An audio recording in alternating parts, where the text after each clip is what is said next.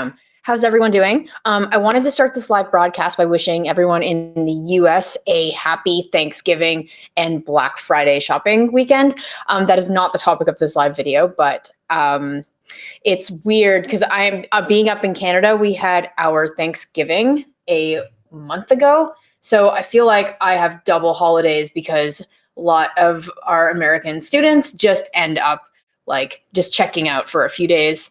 So I'll start with that. But as people get a second to come in, today's live broadcast, we are going to be talking about the makings of a seven-figure brand. So 7 figures, $1 million, and building something that has monthly recurring sales where you consistently have a traffic base, you consistently are growing month over month, and you're serving customers that you love. You have a growing audience of hungry buyers that love you, as well as like a growing community that is thriving and stuff like that. So what inspired this live video is I got a notification on Facebook. You know how they come back with like memories from a year ago, 2 years. And so 3 years ago on Black Friday, we launched a product called Jamstack on Kickstarter. And this is a cool hardware product that for guitars, it's a portable amplifier that you connect to the base of your guitar. So it was really a game changer. It was created by an entrepreneur, Chris, who solved a need in his own life. And when we launched Jamstack on Kickstarter, that turned into about a year of getting pre-orders and being able to actually take the pre-order funds from Kickstarter, Indiegogo to actually go and manufacture the product, deliver it to backers about a year later. And from that point, he was then able to launch it on Shopify, and then within 18 months of that launch, really take this to a 7-figure brand. Not only that, but what Jamstack is also doing, it's really disrupting the music tech space as a lot of other really like cool entrepreneurs are, because there are certain industries that just need a bit of an overhaul because they have very archaic products that don't really serve new demographics. So I think that was one of my favorite things about working with Jamstack, is being able to take something that I knew would disrupt the industry and be a bit of a game changer to allow guitar players to really be able to just have a new free way of playing. So that's what really drew me to working with Chris. And over time, after seeing that, like this reminder of 3 years ago that we launched Jamstack, and just like texting Chris, like, wow, we've come so far. Like, you know, Jamstack and personal development, like in that time, he's gone and raised hundreds of thousands of dollars for investment outside of Kickstarter and Indiegogo, and has just a really great loyal customer following. So on today's live broadcast, I am going to be talking about really what went into creating this as a 7-figure brand, and what goes into creating 7 figures, because it's not just doesn't just apply to Jamstack, what we did to make sure it was a success, but a lot of the principles I'm going to be talking about today, there are 3 core ones that are going to help make sure that you are set up for success pretty much from day one. What I've seen from working with creators that are either just getting started or starting to get traction for an existing product or existing brand is that they have actually laid some key foundations in their strategy for how they went to market with their products that allowed them to get to 7 figures, potentially a little bit easier without some of the major roadblocks or hurdles that other people that don't seem to be able to break past the 6-figure or 7-figure mark. So I want to talk about those because I feel that a lot of my audience are early stage. They are starting potentially with that first, second, or third product, and you may struggle to have that momentum. So I'd like to talk about 3 core concepts today and how we use them with Jamstack to make sure that we had a bit more of a smoother road to market than potentially you might be going through as well. So one of those big things is that a lot of Kickstarter campaigns, they say once you go to fulfill product and once you sell on Kickstarter, you've actually done the easy part. So the easy bit is getting funded. The easy bit is selling product. What's difficult is actually building a company off the back of that. So a lot of Kickstarter creators, once you have your campaign is over, they find themselves very kind of confused because you now potentially are selling online on your own website or Amazon, and you don't know how to get traffic.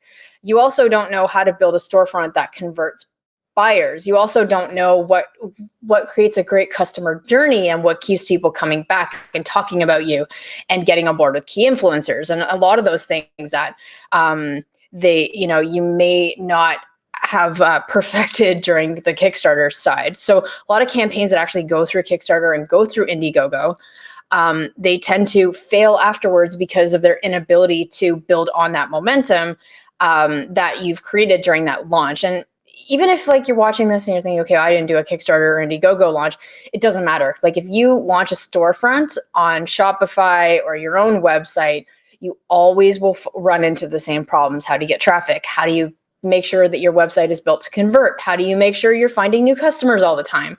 How can you afford inventory? Like, all of these problems that you're not really made aware of until you're a physical product seller. So first off, I'm just going to pause. Let me know where you guys are tuning in from, as I'd love to know if there are any Americans actually like watching the broadcast, or if you're all too busy preparing for Turkey, because we do have a couple of Canadians that are watching right now. So just drop in the comments where you guys are coming from, as well as any questions that you have that come up during this broadcast, because I will make sure to answer them near the end of the broadcast. Cool? So I think the first thing I want to look at is what decision you make in the beginning of what kind of company you want to go after.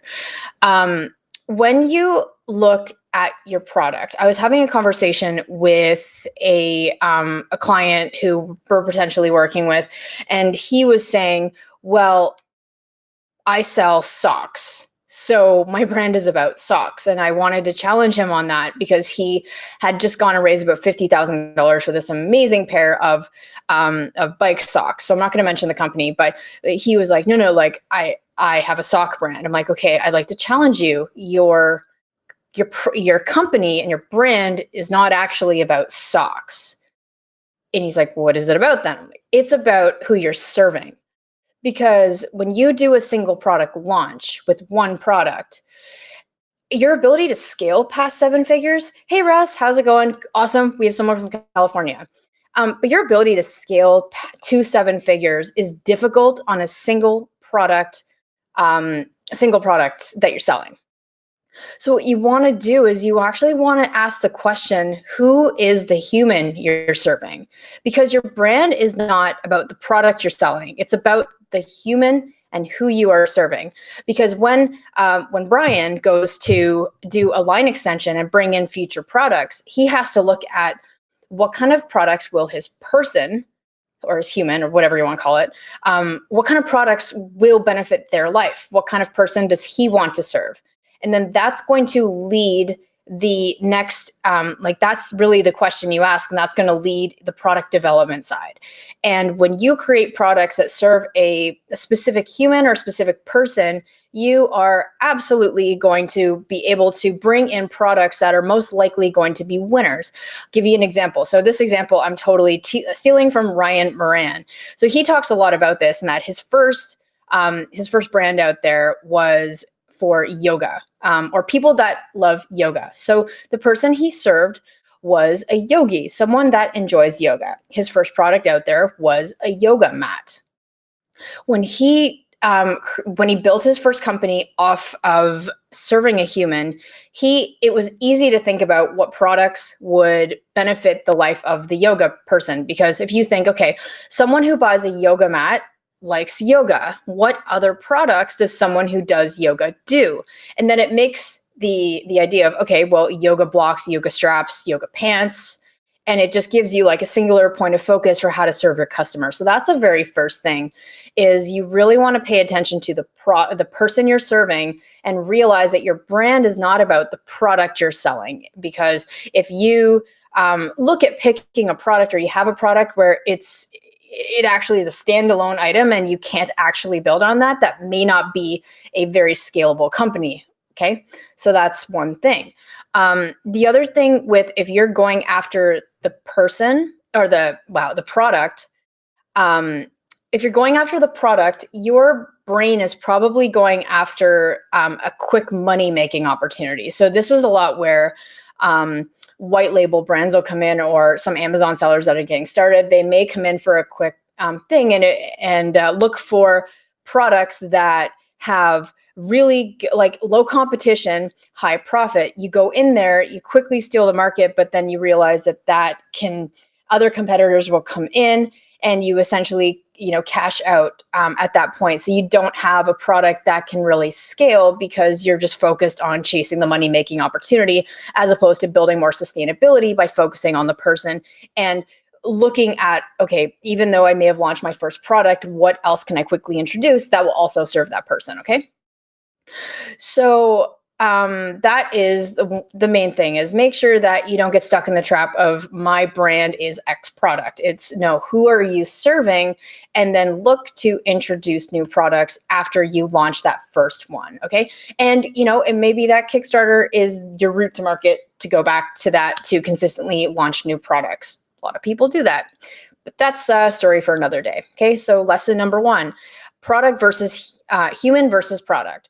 We did that with Jamstack by getting really clear on digging into who our customer is. So we talked to pre-launch, we talked to a lot of our Jamstack customers to figure out who they were, what kind of guitar player they were, what kind of music they like, what kind of accessories they bought, what do they love about the current guitar space and current products they have versus where do they feel there's an opportunity for growth. Like, we really, really focused on how we could serve our customer better. And then we were able to build a great product around that served that customer, plus also get ideas for future products and what other people want. Okay, so that is the first one.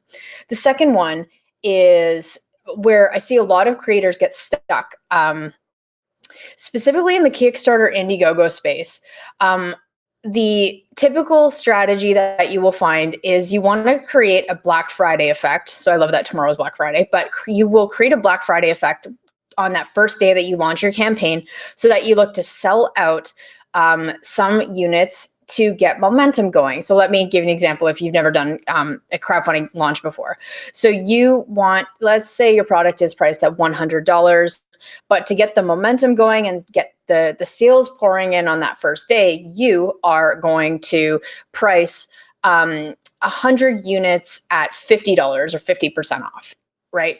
And so you're obviously not making much, if any, profit on those units that you are looking to get rid of quickly, but you kind of sacrifice it for the good of getting additional sales later on. Okay. But where this can go wrong is the whole idea of Kickstarter and Indiegogo and backers, or like customers supporting your campaign. The whole reason they support your campaign is because they're like, cool, well, if I really love this, I can really be a part of something cool, but I also get to buy this product cheaper than when it goes to market later. So automatically, the price of products on Kickstarter or Indiegogo that someone is buying is going to be cheaper or a lower price than what is going to be available later. And this is where it gets kind of scary, because some founders I talk to, they really want to price their product low to get started, to make sure that you hit your funding target, so you have money for inventory, right? So it's kind of like a sacrificial lamb.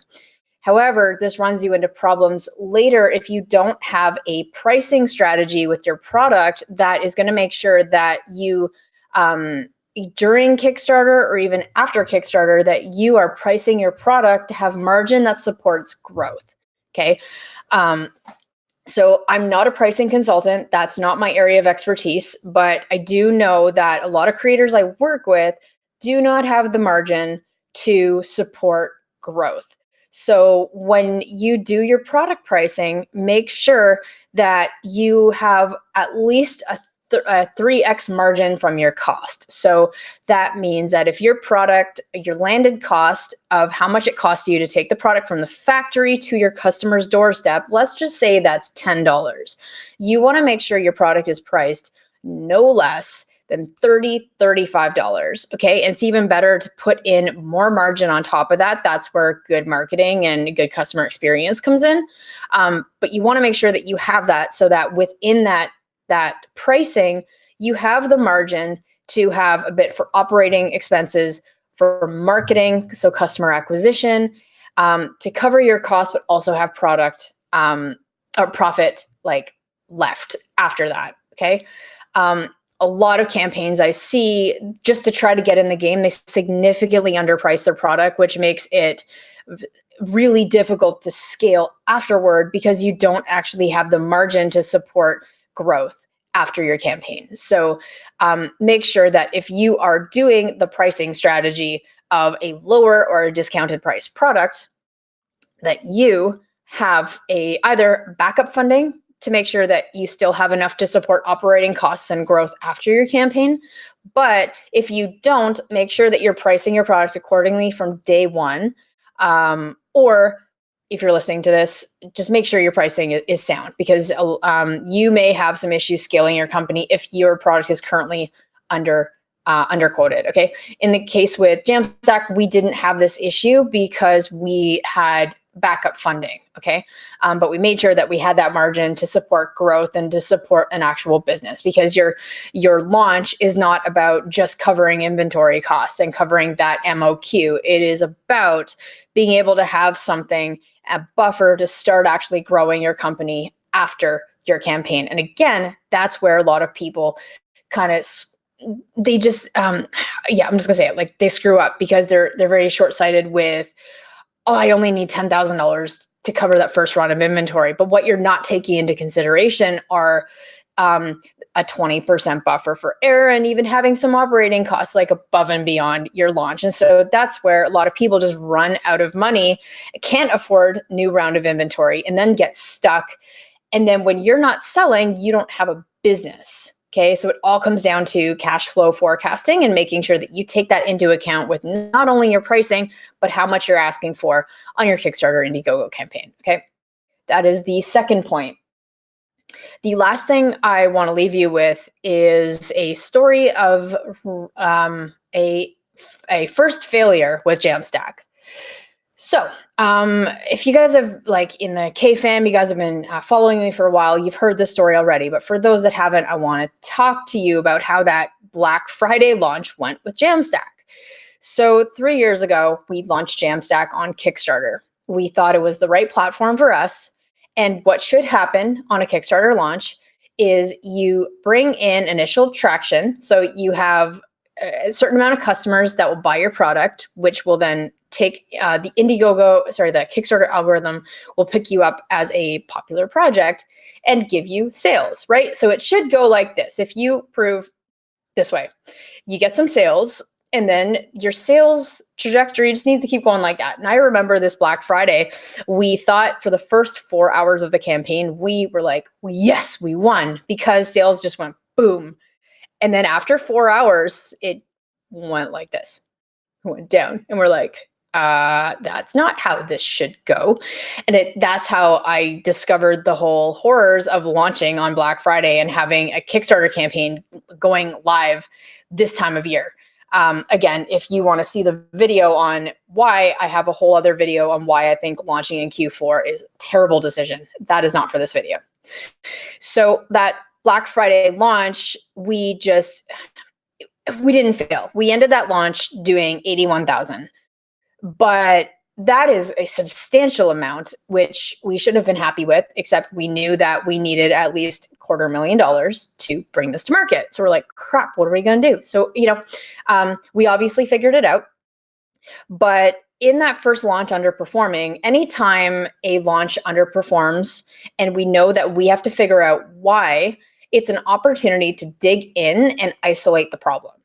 So we discovered that on our campaign, even though we didn't get the traction we wanted with Kickstarter, it also turned out that our campaign conversion rate was lower than it should have been. So what does this mean? This is on a sales page or a Kickstarter page for the indication that your audience or the traffic being sent to the page is converting into a customer. you want to make sure that your page converts roughly 1.5% or higher of traffic to a backer. So that means for every 100 people that come to your page, you need to see at a bare minimum 1.5% or 1.5 per people buy a product. And if it is lower than that, that is an indication that the traffic you're sending to your page is not, the message and the offer and the product is not resonating enough with traffic to convert. So we knew that we had a problem when our conversion rate was slightly lower than we thought it should have been. So we knew that phase 2 for us was going to do an Indiegogo launch a few months later, because Indiegogo approached us about supporting us in a launch. And so we wanted to take that opportunity. So we used that downtime between the Kickstarter and the Indiegogo launch as an opportunity to dive in and figure out why our conversion rate from our email list wasn't that great, or even on our page wasn't that great, because we didn't do as well as we should have. So this is where we really focused on testing our product positioning, getting to understand our niche, and getting to understand our customers' motives for buying. And we did this by digging in. I mentioned this at the beginning part of the video about really getting to know your human. So we dug in with surveys. We dug in by getting feedback from other guitarists in our network. And it turned out that on that page, that first Kickstarter page, we were not specific. We essentially kind of missed the mark on messaging. We were trying to appeal to all guitarists when we should have been appealing to the 3% guitarist, meaning when we were showing how this thing can be used, it was like overkill. We're like, any guitar player that plays electric at any skill level will love this thing. And we also showed like 8 or 10 different use cases. And unfortunately, when your message is very, when you're trying to, what is the quote? When you're trying to speak to everyone, you speak to no one. So it turned out that we were trying to, hey, Sarah, and everyone else.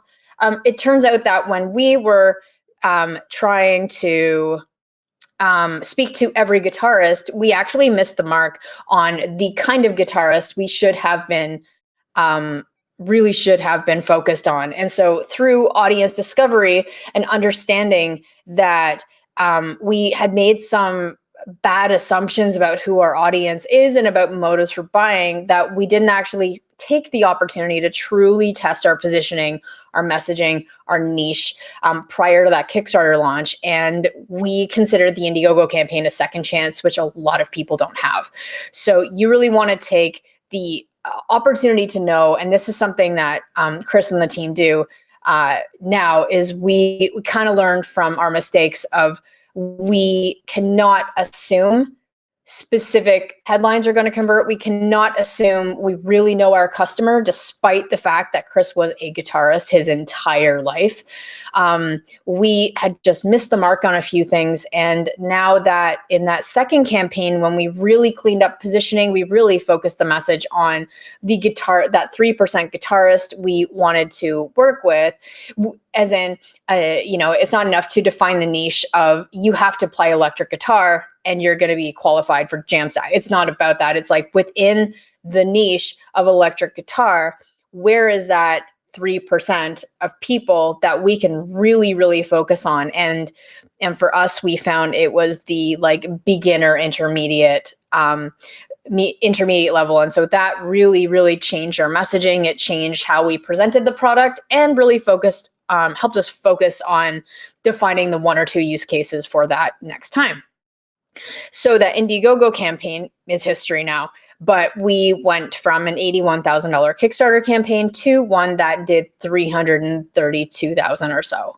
And then from that point, we noticed that within those first 3-4 days of the Indiegogo launch, we knew we had done something right, because we had raised $85,000. And then from that point, because we got super clear on our person, because we dug into positioning, because we tested every assumption, that allowed things to convert really well. And now we use those same principles when we went and then launched the Shopify site, and then continued to build on that momentum as we went. And so I think a lot of the 7 figures or your ability to get to 7 figures it's definitely what you do every single day to help build up that brand and get it in front of a new person. But a lot of people miss the mark on some of the fundamentals that you have to do before you even start your company, in terms of planning the pricing, getting clear on your person, and making the decision to create a brand versus just going after a product for the sake of making money.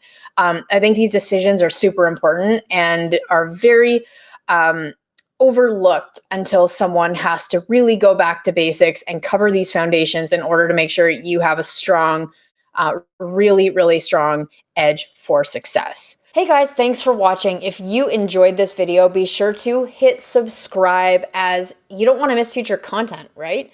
Also, if you liked this video and got value from it, please let me know with a big thumbs up. That way I know what other kinds of content you guys want to see in the future. Apart from that, thanks for watching, and I'll see you next time.